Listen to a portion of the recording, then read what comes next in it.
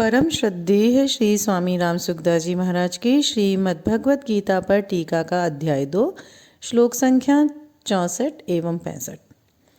अब भगवान आगे के श्लोक में स्थित प्रज्ञ कैसे चलता है इस चौथे प्रश्न का उत्तर देते हैं। ओम श्री परमात्मने नमः। रागद्वेषवियुक्तः तु वेश्यानिन्द्रियश्चरन् आत्मवश्यैर्विधेयात्मा प्रसादम् अधिगच्छति। प्रसादे सर्वदुःखानां हानिर्रस्योपजायते। प्रसन्नचेतसो यासु बुद्धिः पर्यवतिष्ठते। श्लोक का शाब्दिक अर्थ। परंतु वशीभूत अंतःकरण वाला कर्मयोगी साधक राग द्वेष से रहित अपने वश में की हुई इंद्रियों के द्वारा विषयों को सेवन करता हुआ अंतःकरण की निर्मलता को प्राप्त हो जाता है। अंतःकरण की निर्मलता प्राप्त होने पर साधक के संपूर्ण दुखों का नाश हो जाता है और ऐसे शुद्ध चित्त वाले साधक की बुद्धि निःसंदेह बहुत जल्दी परमात्मा में स्थिर हो जाती है। श्लोक की व्याख्या। पूर्व श्लोक में भगवान ने कहा कि आसक्ति रहते हुए विषयों का चिंतन करने से पतन हो जाता है और यहाँ कहते हैं कि आसक्ति न रहने पर विषयों का सेवन करने से उत्थान हो जाता है। वहाँ तो बुद्धि का नाश बताया और यहाँ बुद्धि का परमात्मा में स्थित होना बताया। इस प्रकार पहले कहे गए विषय से यहाँ के विषय का अंतर बताने के लिए तू शब्द का प्रयोग किया। विधेयात्मा। साधक का अंतःकरण अपने वश में रहना चाहिए। अंतःकरण को वशीभूत किए बिना कर्म योग की सिद्धि नहीं होती। प्रत्युत कर्म करते हुए विषयों में राग होने की ओर पतन होने की संभावना रहती है। वास्तव में देखा जाए तो अंतःकरण को अपने वश में रखना हर एक साधक के लिए आवश्यक है। कर्मयोगी के लिए तो इसकी विशेष आवश्यकता है। अंतःकरण को वश में रखना। आत्मवश्य ही राग द्वेष वियुक्तः इंद्रियः। जैसे विधेयात्मा पद अंतःकरण को वश में करने के अर्थ में आया है, ऐसे ही आत्मवश्य ही पद इंद्रियों को वश में करने के अर्थ में आया है। तात्पर्य है कि व्यवहार करते समय इंद्रियां अपने वशीभूत होनी चाहिए और इंद्रियां वशीभूत होने के लिए इंद्रियों का राग द्वेष रहित होना जरूरी है। अतः इंद्रियों से किसी विषय का ग्रहण राग पूर्वक ना हो, किसी विषय का त्याग द्वेष पूर्वक ना हो। कारण कि विषयों के ग्रहण और त्याग का इतना महत्व नहीं है जितना महत्व इंद्रियों में राग और द्वेष न होने देने का है। इसलिए तीसरे अध्याय के 34वें श्लोक में भगवान ने साधक के लिए सावधानी बताई है कि प्रत्येक इंद्रियों के विषय में राग और द्वेष रहते हैं। साधक इनमें वशीभूत ना हो, क्योंकि ये दोनों ही साधक के शत्रु हैं। 5वें अध्याय के 30वें श्लोक में भगवान ने कहा है कि जो साधक राग द्वेष आदि इन द्वंद्वों से रहित हो जाता है वह सुखपूर्वक मुक्त हो जाता है।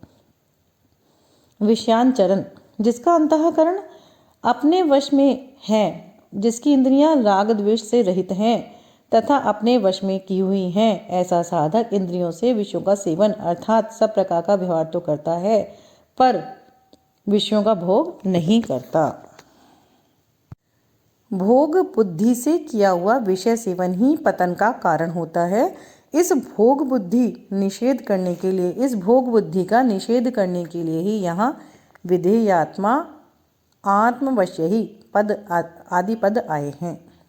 प्रसादम अधिगच्छति अर्थात राग द्वेष रहित होकर विषयों का सेवन करने से साधक अंतःकरण की प्रसन्नता को प्राप्त होता है। यह प्रसन्नता मानसिक तप है जो शारीरिक और वाचिक तप से ऊंचा है। अतः साधक को न तो राग पूर्वक विषयों का सेवन करना चाहिए, न द्वेष पूर्वक विषयों का त्याग करना चाहिए, क्योंकि राग और द्वेष इन दोनों से ही संसार के साथ संबंध जुड़ता है। राग द्वेष से रहित इंद्रियों से विषयों का सेवन करने से जो प्रसन्नता होती है, उसका अगर संग ना किया जाए, भोग ना किया जाए, तो यह प्रसन्नता परमात्मा की प्राप्ति करा देती है। प्रसादे सर्व दुखानाम हानि रस्योपजायते, अर्थात चित्त को प्रसन्नता प्राप्त होने पर संपूर्ण दुखों का नाश हो जाता है, अर्थात कोई भी दुख नहीं रहता। कारण कि राग होने से ही चित्त में खिन्नता होती है, खिन्नता होते ही कामना पैदा हो जाती है और कामना से ही सब दुख पैदा होते हैं। परंतु जब राग मिट जाता है तब चित्त में प्रसन्नता होती है। उस प्रसन्नता से संपूर्ण दुख मिट जाते हैं। जितने भी दुख हैं वे सब के सब प्रकृति और प्रकृति के कार्य शरीर संसार के संबंध से ही होते हैं। और शरीर संसार से संबंध होता है तो सुख की लिप्सा से। सुख की लिप्सा होती है खिन्नता से, परंतु जब प्रसन्नता होती है तब खिन्नता मिट जाती है। खिन्नता मिटने पर सुख की लिप्सा नहीं रहती।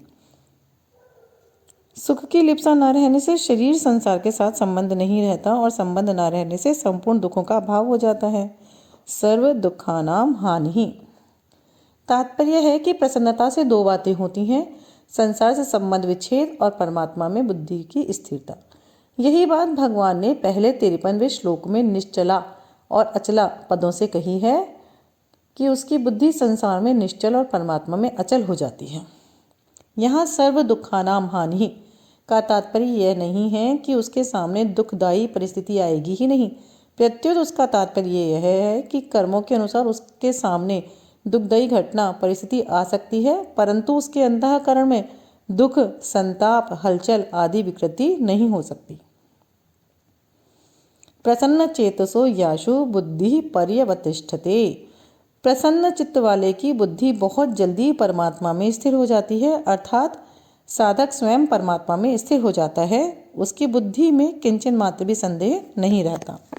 इस श्लोक की मार्मिक बात, भगवत विषयक प्रसन्नता हो अथवा व्याकुलता हो, इन दोनों में से कोई एक भी अगर अधिक बढ़ जाती है तो वह शीघ्र ही परमात्मा की प्राप्ति करा देती है। जैसे भगवान के पास जाती हुई गोपियों को माता पिता भाई पति आदि ने रोक दिया, मकान में बंद कर दिया, तो उन गोपियों ने भगवान से मिलने की जो व्याकुलता थी उससे उनके रजोगुण तमोगुण नष्ट हो गए और भगवान का चिंतन करने से जो प्रसन्नता हुई उससे उनके अंदर सत्वगुण नष्ट हो गए।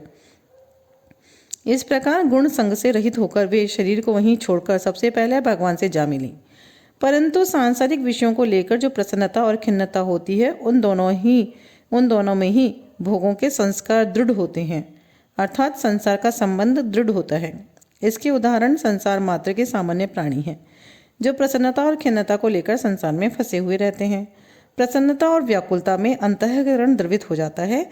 जैसे द्रवित मोम में रंग डालने से मोम में वह रंग स्थायी हो जाता है, ऐसे ही अंतःकरण द्रवित होने पर उसमें भगवत संबंधी अथवा सांसारिक जो भी भाव आते हैं वे स्थायी हो जाते हैं। स्थायी होने पर वे भाव उत्थान अथवा पतन करने वाले हो जाते हैं। अतः साधक के लिए उचित है कि संसार की प्रिय से प्रिय वस्तु मिलने पर भी प्रसन्न न हो और अप्रिय से अप्रिय वस्तु मिलने पर भी उद्विग्न न हो।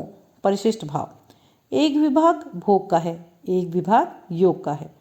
राग द्वेष से युक्त भोगी मनुष्य अगर विषयों का चिंतन भी करे तो उसका पतन हो जाता है, परंतु राग द्वेष से रहित योगी मनुष्य अगर विषयों का सेवन भी करे तो उसका पतन नहीं होता, प्रत्युत वह परमात्मा को प्राप्त हो जाता है। राग द्वेष से रहित योगी मनुष्य अगर विषयों का भी सेवन करे तो उसका पतन नहीं होता, प्रत्युत वह परमात्मा तत्व को प्राप्त हो जाता है। राग द्वेष से रहित मनुष्य भोग बुद्धि से विषयों का सेवन नहीं करता, भोगजन्य सुख नहीं लेता, क्योंकि उसका ध्येय नहीं है। वह भोगों को रागपूर्वक ना भोग कर त्याग पूर्वक भोगता है, इसलिए उसका अंतःकरण निर्मल हो जाता है। त्यागपूर्वक भोग वास्तव में भोग है ही नहीं, लोगों की दृष्टि में उसके द्वारा भोग का आचरण दिखता है, इसलिए यहाँ विषयान चरण पद आए हैं। राग द्वेष से रहित होने पर प्रसाद की प्राप्ति होती है। हरदम प्रसन्नता रहे, कभी खिन्नता न आए, नीरसता न आए, यह प्रसाद है। इस प्रसाद की प्राप्ति में भी संतोष ना करें, उसका उपभोग ना करें तो बहुत जल्दी परमात्मा की प्राप्ति हो जाती है। श्लोक संख्या 64 एवं 65 अध्याय 2 यहाँ संपूर्ण होती है। इति श्री।